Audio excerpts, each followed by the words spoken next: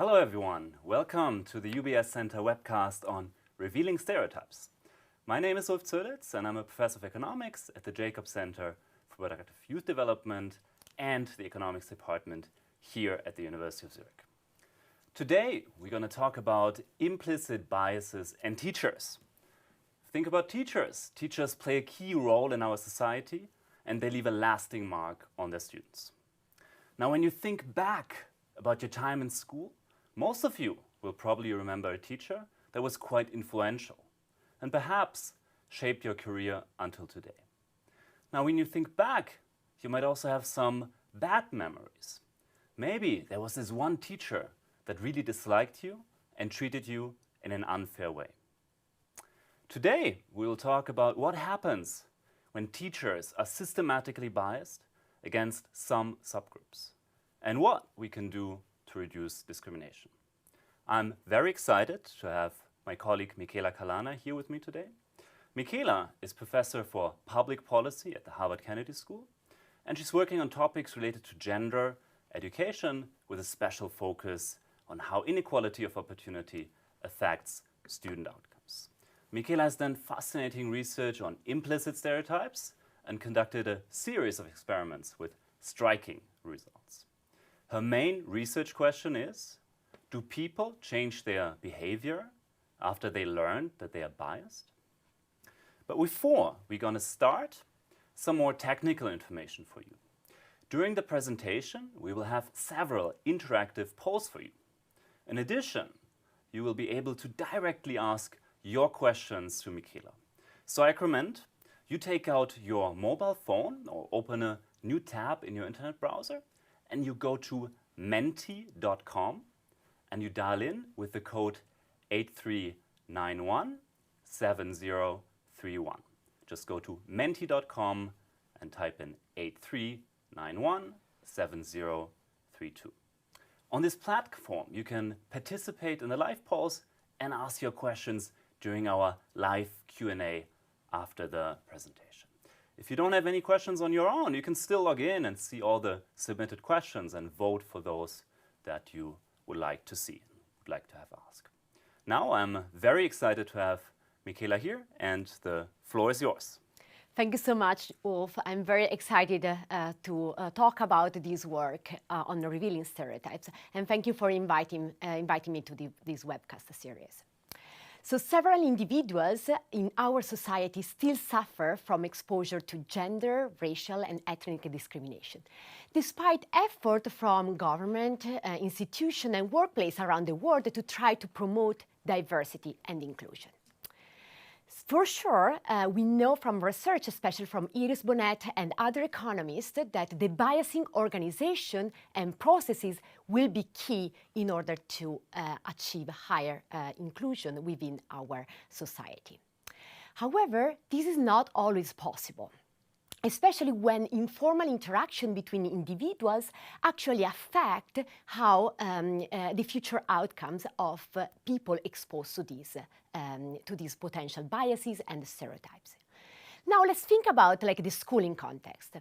If you get a teacher that systematically gives you lower grade compared to what you deserve, this may actually affect your self-perception and may induce you to believe that you are not as good at school and maybe drop out completely from your educational career. This may lead to long-lasting implications for the future of individuals. This is exactly one of the aspects we will try to investigate today. So the big question that I'm after with the research I will show you is whether if we inform individuals about their biased behavior, can we change how they interact with others, especially within the schooling context. I will try, in this presentation, in this webcast, I will try to get a broader view of discrimination beyond the statistical and taste-based discrimination that has been the classic approach taken by economists. And we will focus in particular on the role of implicit discrimination and how it affects potentially student outcomes. But what's implicit discrimination? So let's start from there. So first, I would like all of you to go on menti.com. You all have seen the number that Ulf shared, 83917032. And what I want you to think about is whether the square A or the square B in this checkmate is actually darker, okay? So this is a very simple question, right? Is it square A or square B darker? I see that we start to have some answers, and there is a lot of consensus of people that actually square A is darker. We start to see someone that suggests that they are the same color. Well, what I did for you is cutting out the two different squares. And if you put them close by, you will actually see that the two squares are identical. They have exactly the same color. So here, what we take out from this very simple visual, so this is actually called the checker shadow illusion. From this illusion, we actually start to observe how our brain and the context in which we observe something affect our choices and our perception of reality. So after removing the context, as I did with the square A and B on the right-hand side, you actually could see that they are exactly the same. But with this shadow in the middle, you couldn't see that. Well, this is very important, and it doesn't matter only for the geometric shadows as we are figuring out here, but it does matter a lot for our interpersonal relationship. Even in highly familiar spaces as the human interaction that we may have with others, and the context in which we are taking decision actually affect the type of decision we are taking. Coming back to the key question that this visual was an example of, actually I wanted to refer to a Nobel Prize in Economics, Kahneman, that was a psychologist that was able to bring the concept of psychology within the economics profession and help us improving and thinking more broader about these aspects. In particular, the design and the work of Kahneman with Tversky, his co-author, was a particularly clever study design that helps us to understand how our mind can be misled when we have a specific context or how our intuition could be negatively affected by shortcuts or very fast thinking. This is what Kahneman actually called heuristics. So implicit stereotypes are these mental shortcuts that our mind is taking in order to take very fast decisions when we need to solve a problem.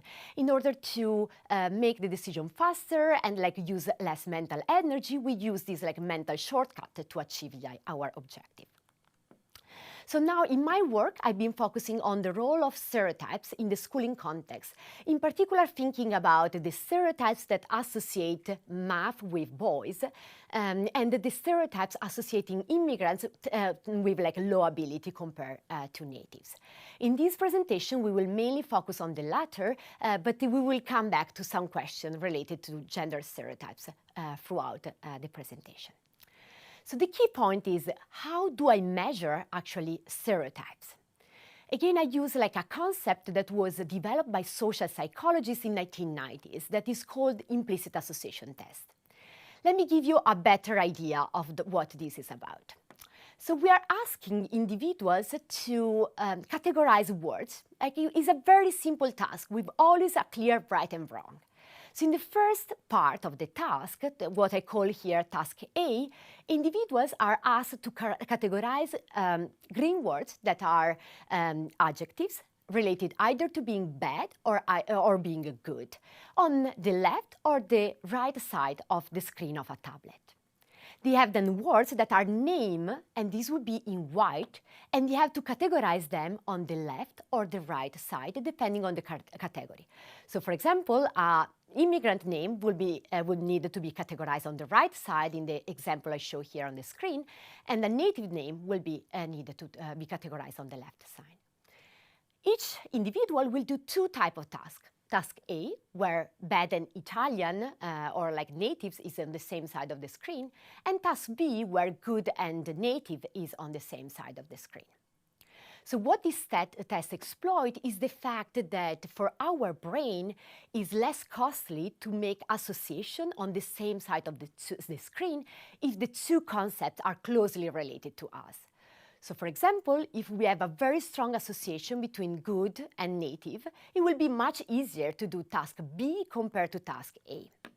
So the difference in reaction time in a categorization task with like 180 words to be categorized, the difference between reaction time in task B compared to reaction time in task A is exactly the proxy that I'm going to use in the rest of this presentation of implicit association of individuals. With the idea is that if someone is equally fast in the two tasks, they will have no implicit association. If they are faster in task B compared to task A, they will have some association between immigrants and bad words and natives and good words. So what I'm asking you now to do is actually to predict your own implicit association test. I ask you to think about 7 different categories you can decide to be in, as if you were doing the test yourself. You can think about yourself as being someone with like no stereotypes, so you will press like the central categories, or someone to have like slightly stereotypes, a slight association between immigrant and bad and native and good. Or you can have moderate, severe association between immigrant and bad. So this will be on the right side. If you go on the left side of these potential options, it means that you believe that you have slightly moderate or severe association between immigrant and good and native and bad. Okay? So I start to see what comes out here.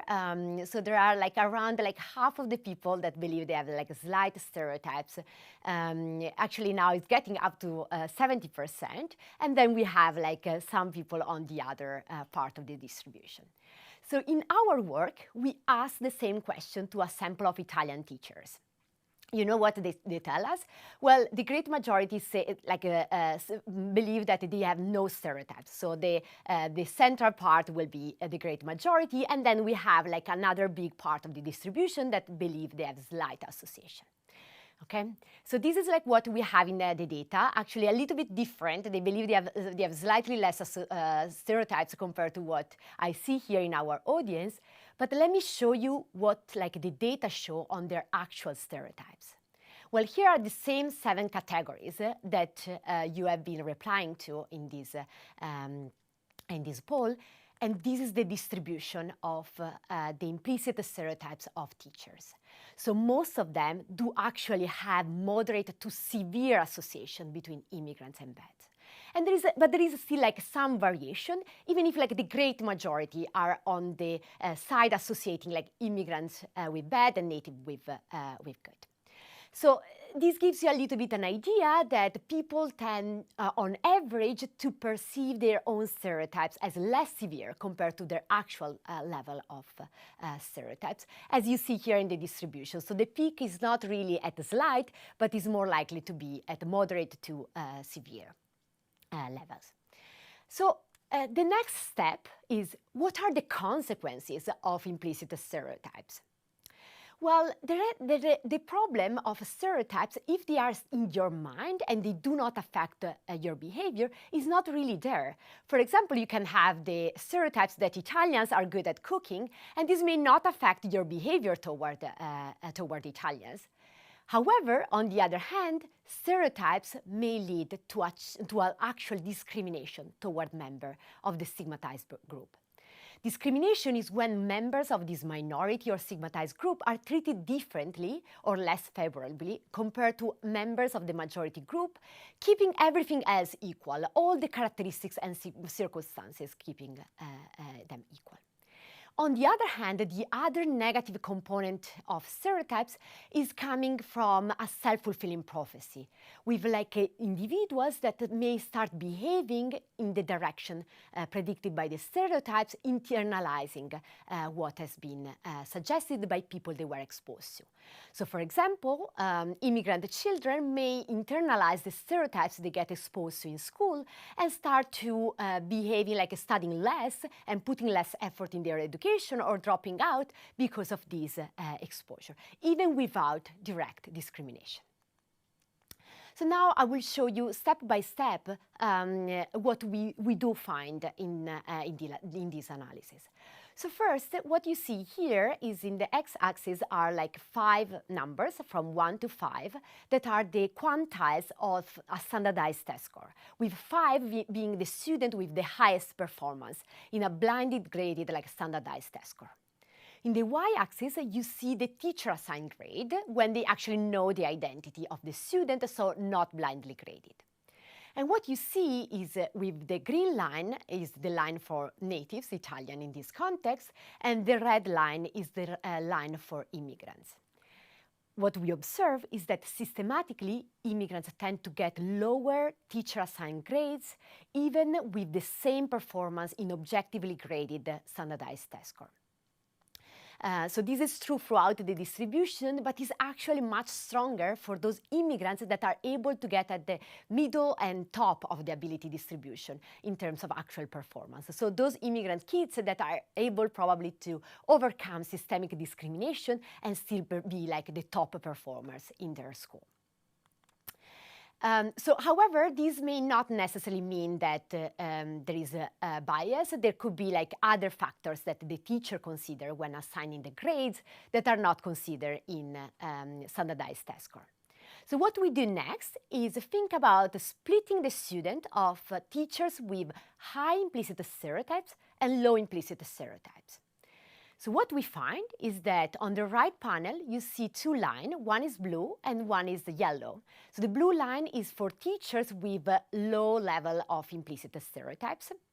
And the orange line is for teachers with high level of implicit stereotypes. So for natives, the 2 lines perfectly overlap. This means that teachers, no matter if they have low or high stereotypes against immigrants, they are equally likely to grade natives as students for the different quantiles of the test score distribution.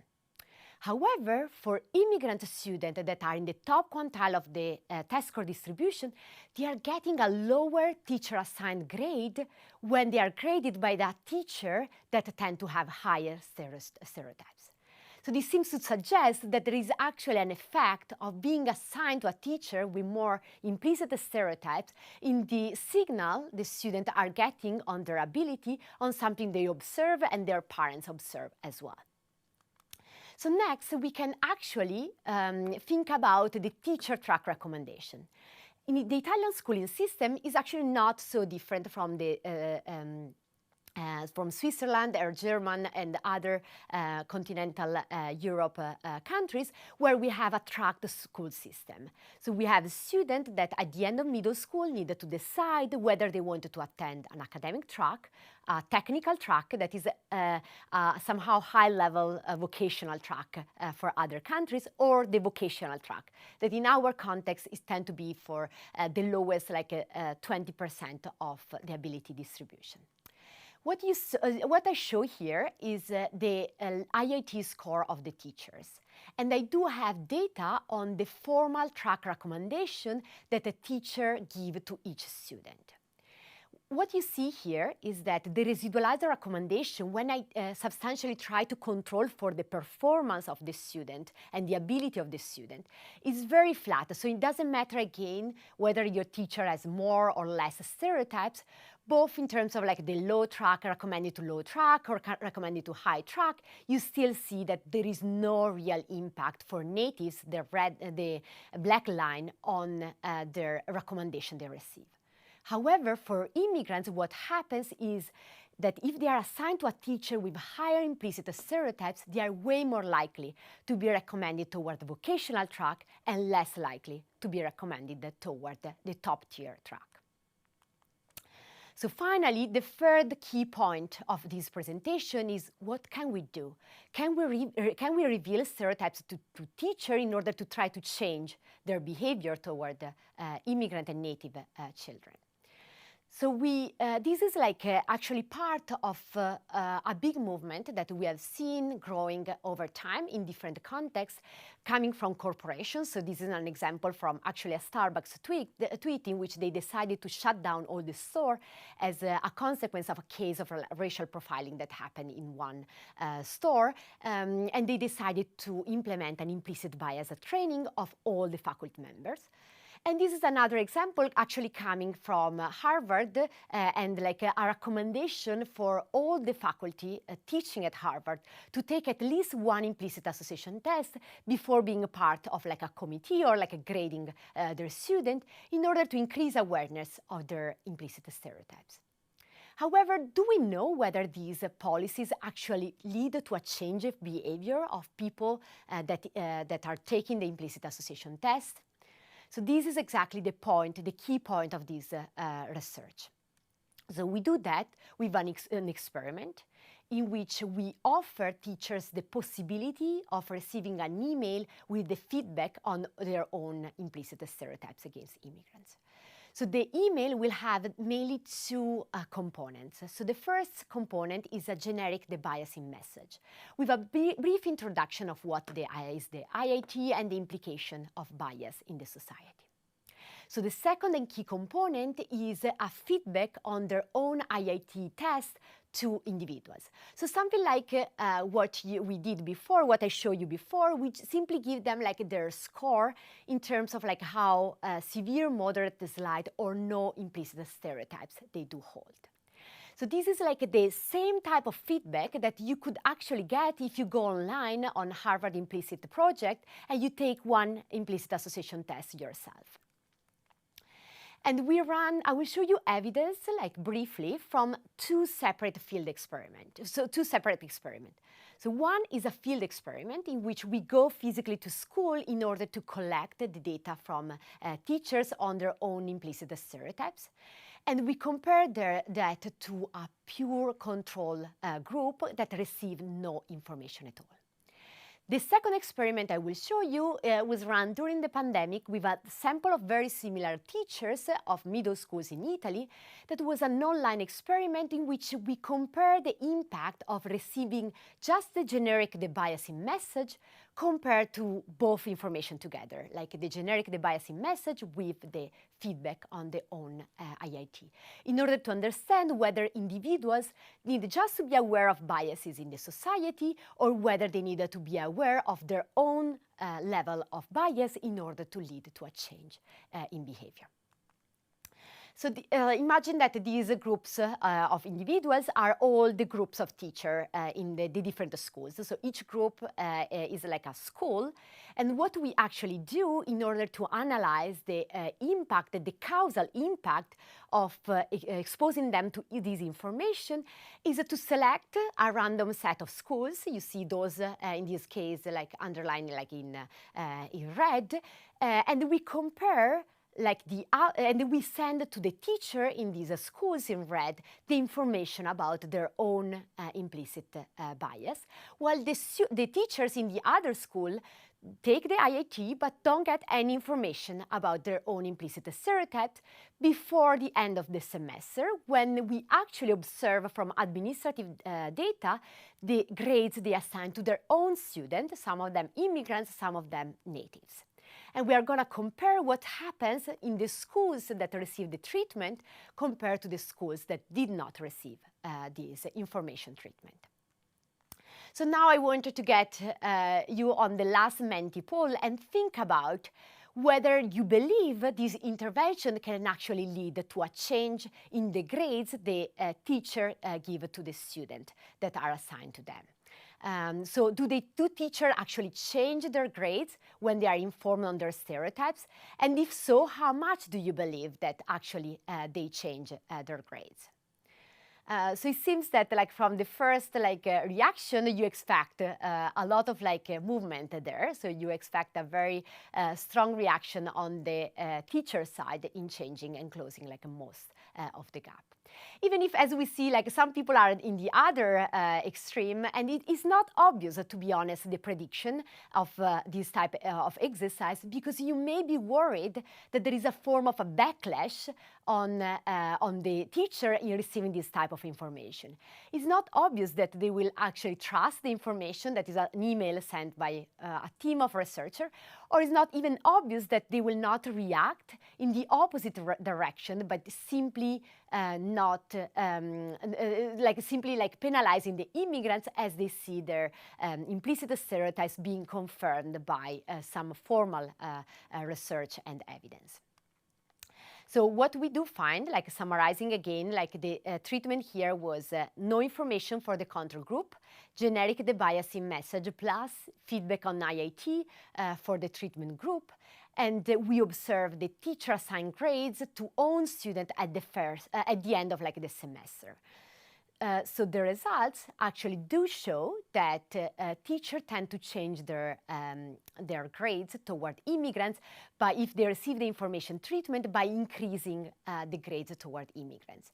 So you see here on the left side we have the immigrants, and the blue bar is for those that actually receive the feedback, while the black line is for teachers in school that did not receive the feedback. And you can already start to see a little bit of this shift in the distribution. On the other hand, something else is happening that is very important in terms of policy implication to know, that teachers are actually readjusting the grades also to natives by slightly decreasing the grades they are assigned to natives. And this is something a policymaker needs to be aware when implementing at large scale this type of intervention, because often, especially in the case of grades, they are done in a curve, and some student, if some student get a higher grade, some other student will get actually a lower grade. So summarizing, the main punchline of this first experiment is that revealing own stereotypes to teachers actually affect their grading behavior by increasing the grades of immigrants and slightly decreasing the grades of natives. So something else that here I don't show you regression tables, but this is actually pretty strong, and it reduces almost 40% of the row gap between natives and immigrants. And this is a very strong impact of this intervention. But on the other hand, we also collected a baseline explicit measure of bias from this teacher. These are very few teachers. It's less than 20% that are willing to report some form of not egalitarian views between natives and immigrants, and still we don't see any reaction from those teachers. So this type of intervention is very useful for those teachers that have an open-minded view and are willing to update their behavior as a consequence of the exposure of this information. Let me move to the second experiment now. So in the second experiment, what we do in the treatment group is exactly the same as the first experiment, in which we give the generic debiasing message plus the information on their own IIT. In the control group now, instead of giving no information at all, we actually just give the first part of the message with the generic debiasing message. Why do we do that? Well, we want to understand whether it's enough to inform people about the presence of bias in the society and somehow increasing salience of the problem in order to change their behavior, or whether we need to give them precise information on their own IIT score in order to change how they behave toward these specific groups. So the outcome in this case, this second experiment was run during the pandemic online, and the outcome is coming from grades assigned by teacher to exams with a randomly assigned name of a native and immigrant student. So we do find that the teachers tend to be actually pretty accurate in grading these exams. And here you simply see the correlation between the original grade and the teacher assigned grade on average to these exams. So it seems that even if it's an online experiment, they are actually taking it pretty seriously and doing a good job in matching the original grade distribution.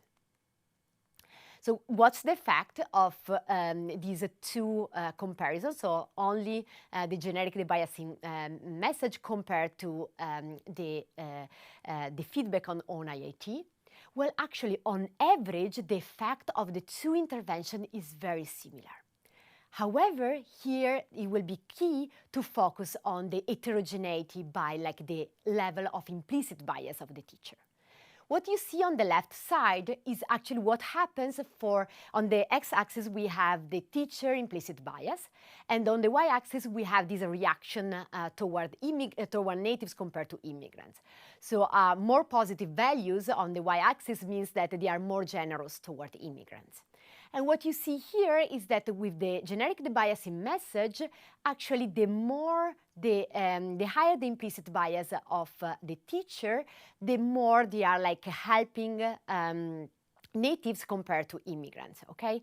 So these are the teachers with the most implicit bias are actually those that are helping the natives the most and penalizing immigrants the most. However, in the other treatment, when we have our information with the IIT feedback, the slope completely changes. And now we do have the teacher that receive the strongest impact, that they are actually they do have strong stereotypes. They are those that are now reacting by helping immigrants the most in their grading. So this is very important to keep in mind, because even if on average we actually do have the same impact of this intervention, there are very different results depending on the level of implicit bias of the teachers. And if we are willing to induce a reaction from the most biased teacher, leading them to change their behavior, we need to add the information on their own IIT to these teachers. So let me just conclude and talk a little bit more broadly about the policy implication of these works. So what we do find in general is that actually the results suggest that teachers tend to be not aware of their implicit stereotypes. When we asked them to predict their stereotypes, they were strongly underestimating their stereotypes, and the reaction was actually stronger from those teachers that had a stronger updating on their information based on their implicit bias that they receive. What is important is that this implicit discrimination has actually deep implication for the accumulation of human capital of the children. And so if we can do something in order to change how individuals behave toward others, ideally also in the one-to-one interaction by increasing awareness, this will be very important in order to counteract the discrimination and in order to avoid the negative impact of explicit stereotypes toward these stigmatized groups. However, the policymaker needed to keep in mind that there are some drawbacks on policies. As I showed you in the first experiment, some natives actually got a slightly lower grades when they were exposed to this intervention. But it's important to think about the role of systemic discrimination that immigrants got exposed to in order to be able to achieve at the top level. And so we needed to be careful in terms of the policy that we implement, not only to counteract the discrimination, but also to think about the systemic discrimination that may affect individuals' behavior. Thank you so much. Thank you so much for the exciting, interesting presentation, Michela. So before we start the Q&A, I would again like to encourage you to ask your questions on menti.com. Please go to menti.com and log in with the code 83917032. So before we get into the questions from the audience, I was also wondering a little bit about these results, and one of the things that came to mind was, where do these biases and stereotypes come from in the first place, right? So it seems unlikely that we are already born with them, so somehow we must acquire them on the way. Is there something that your research says about that? My work shows that actually culture and exposure matters. In particular, I do find a strong impact of culture in terms of the role of gender stereotypes. We find that teachers tend to hold stronger views associating math with boys if they are born in a province or in a city where there is where there are more gender stereotypes. For example, if they are born in the south of Italy, where they tend to be lower female labor force participation, and in general more implicit stereotypes, as we observe from broad evidence on that, they tend to hold this view even then after they move in different regions, and so there seems to be like something of their cultural exposure that matters a lot.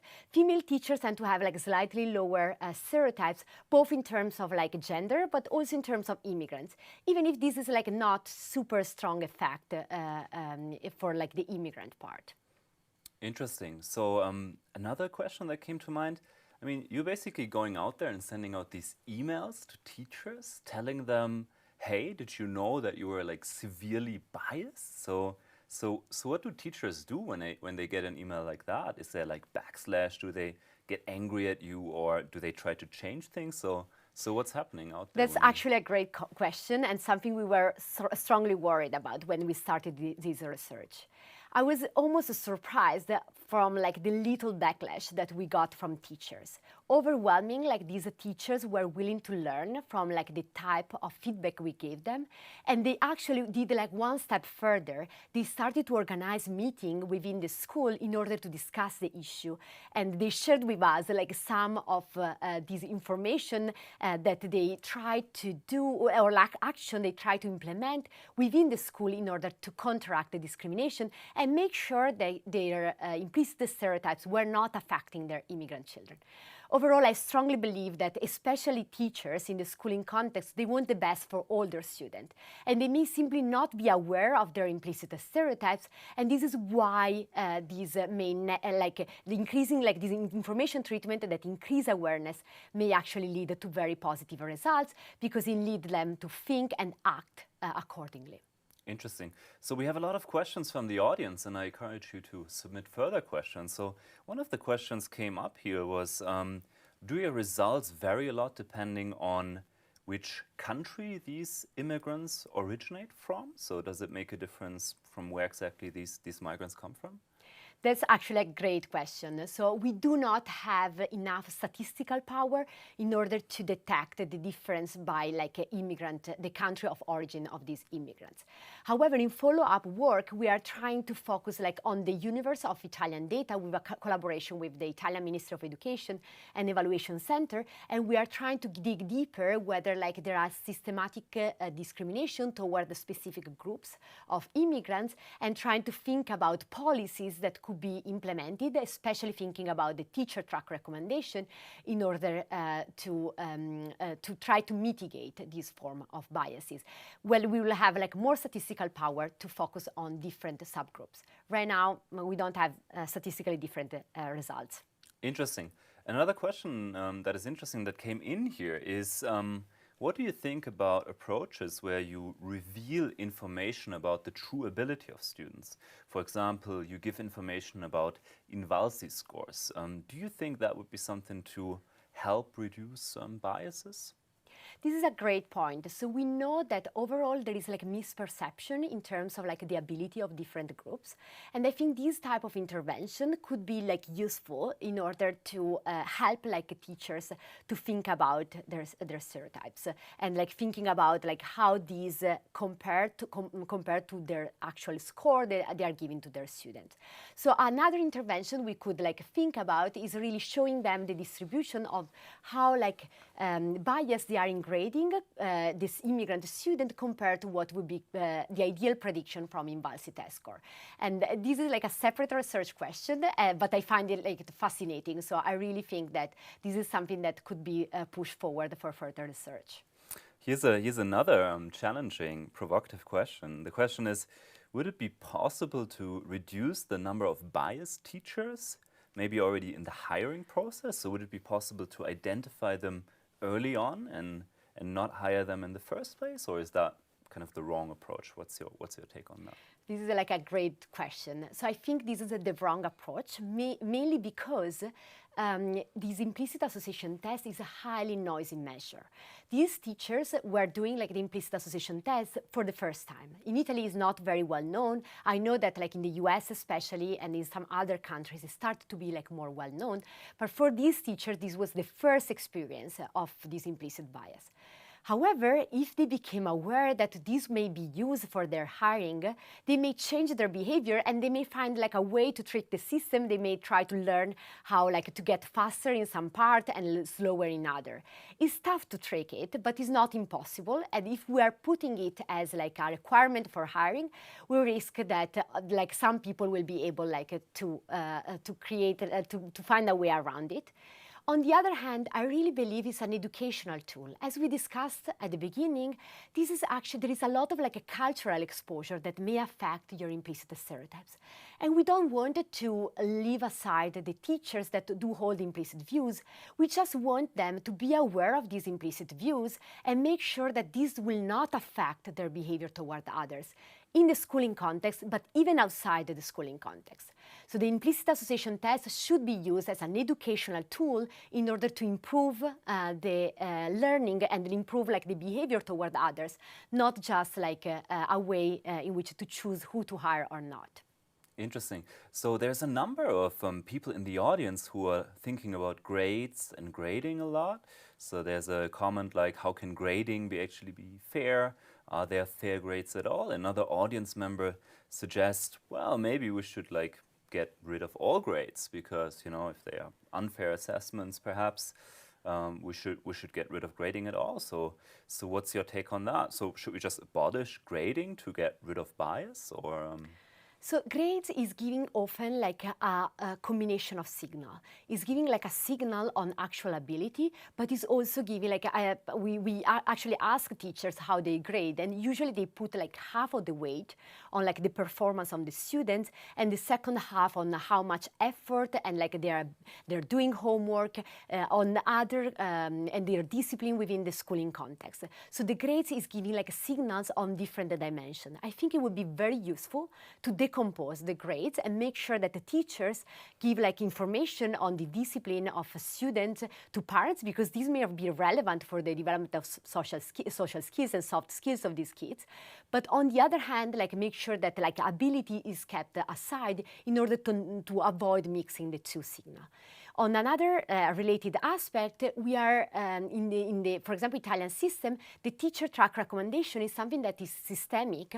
We have been implementing it for a long time, but the fact that this is like these tend to have like this implicit bias correlated with the teacher track recommendation makes me particularly worried, because it's something like even on top that we may think about like changing or updating with like more objective information compared to like a bunch of like subjective information that affect in the long term the career of students. I see, that makes sense. Now, there's another question here that asks about teacher education, right? So teachers go through years of education, and one question is, do you think that these unconscious biases could already be addressed in teacher education? Is that something that you think is a useful policy recommendation, perhaps? Or what's your take on that? Yeah, we start to have some, so implicit bias training are now like included in most like teacher education, at least for sure in the US, but it start to be included also in other countries. We have very limited evidence of the impact of this implicit bias training and whether they are sufficient for this, often because they are more closer to our generic debiasing treatment compared to the actual information on their own stereotypes of teachers. So we need to be careful, because this may lead to a reaction from those teachers that do hold like, don't have stereotypes or like have limited stereotypes, but it may be tougher at getting at the teachers with a stronger implicit stereotypes. So I believe that like using like the teacher training to start increasing like awareness since the beginning of their training is very important, but it may be like not the only solution, and this implicit bias training need to be like well evaluated in order to understand which one is effective and actually how to lead the positive outcome we are hoping for. Interesting. There's a related question that came up here and that I think is interesting. So in many companies, there's a lot of discussion about underrepresentation of women, particularly in leadership position. So it's a bit related to the teacher education. Do you think like conducting these IIT tests is like could be a tool to increase female representations in these leadership positions? It could be one step in that direction. It could like increase awareness and make sure that people think about that when they are taking an important decision for hiring and promotion. However, like we have some limited evidence again on this implicit bias training, even from companies, and some of them like show mixed results. So I think like more research is necessary in order to make sure that we come up with like the ideal treatment in order to increase equity and diversity, both in companies and the schooling systems. Yeah. So there's a question from our participants on Menti about human capital. So you talked about the profound consequences for the accumulation of human capital of these migrant children. Can you say something about how big these impacts are on human capital and how you measured it? Yeah, so I can give you like an idea, for example, in terms of like gender stereotypes. So in terms of gender stereotypes, if a girl gets exposed to a teacher with more like in the top 25% of like the most biased teachers, it would be like she's missing like in a class at the top 25% of like the bias, the gap between boys and girls get 3 times bigger. In terms of like their standardized test score. So we can measure these, having like objective data on their performance of students, and we can see like if we have like measure on their stereotypes of teachers, we can see how getting like quasi-randomly exposed to a teacher with more implicit stereotypes affect your educational career. We do find that also it increases of 20% the probability that women will not attend like a STEM-oriented track. This is like a pretty big effect if you're going to the most biased teacher compared to the least biased teacher. Interesting. So here's another question about the persistence of these effects. So you're sending these emails to teachers, you're informing them about their bias, making them more aware. So one question that came up here is, what do we know about how raising awareness, whether that has a lasting impact? So is that something that fades out quickly, or does this like one-time email lead through lasting changes in teachers' behavior? In our work for mainly IRB, like ethical issue, since we promised to all teachers they would receive the information on their implicit bias, we had to give all the information also to the control group. So we cannot tell you what will be the long-lasting effect. On the other hand, if like the simply sending one email before each end of semester grading is enough to lead this big effect on the student outcomes, I believe that this would be like a pretty cost-effective policy to implement, even if the effect fade away like pretty fast. On the other hand, we will need to study whether like repeated emails could be like a good tool in order to lead to a change in behavior, or whether like after a while like people get a little bit tired of receiving these emails. So again, I don't have like a perfect answer for you, and I think this is like still open for research. Interesting. So here's another difficult question I think that came up. So there's like many different biases and stereotypes out there about gender, about nationality, about age, and other different subgroups. Do you think it's possible to address all of them, or should we focus on specific ones? Which do you think are the most harmful ones? I mean, I think we should do one step back and understand whether, like, which biases are leading to discrimination or self-fulfilling prophecies of the student or individuals that get exposed to these stereotypes or biases. So I give at the beginning the example of Italians being good at cooking. You may have that stereotypes, but without negative consequences on the individuals. So we needed to first, like, understand which of these stereotypes are leading to the most pressing issues and which are like affecting more deeply the inequality within our society, and this should be like the priority for us to address. Okay, interesting. I think we have gone through the most pressing questions on here. So what's going to be the next thing you're going to look at? What's going to be the next big research question here on revealing stereotypes, perhaps? What's going to happen next in your research agenda? So I'm pushing in several directions. So actually trying to address some of the comments that came up today's. So for example, we have been working with Teach for America in trying to understand whether if we train teachers, and actually with like community colleges in the US as well, if we train faculty members, whether this is enough to change their behavior and grading behavior toward others. On the other hand, I don't think like we should stop at the implicit bias. So this is for me at least, this is like a great tool because it's not based on like self-reported measure, but is more based on something that individuals may have a harder time to fake.